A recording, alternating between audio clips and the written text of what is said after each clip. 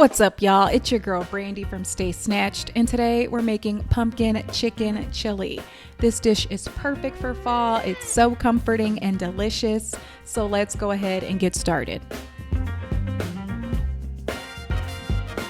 So first you want to take a teaspoon of olive oil and drizzle it in a pot. I like to use a Dutch oven, and then add 1 pound of chicken breasts. I like to cut those into 1/2 to 1 inch cubes. And then sprinkle in a little bit of my homemade chili seasoning. I will provide a description of what to include in that in the description box below.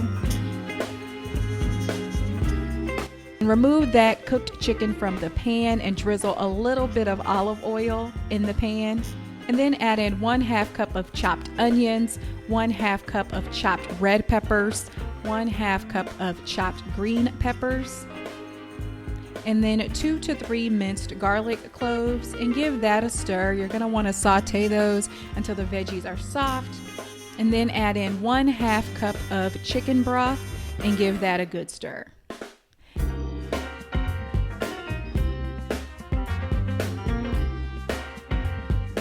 Add your cooked chicken back to the pot along with a 15-ounce can of diced tomatoes and chilies, a 15-ounce can of chili beans, a 15-ounce can of black beans.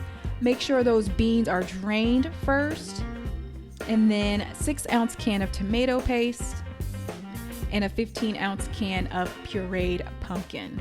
And then add in a little bit more of my homemade chili seasoning. Give everything a good stir.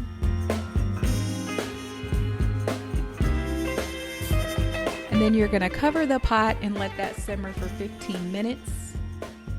Then I like to make this a creamy dish, so I add in 4 ounces of cream cheese and then stir until that has melted. And there you have it, pumpkin chicken chili.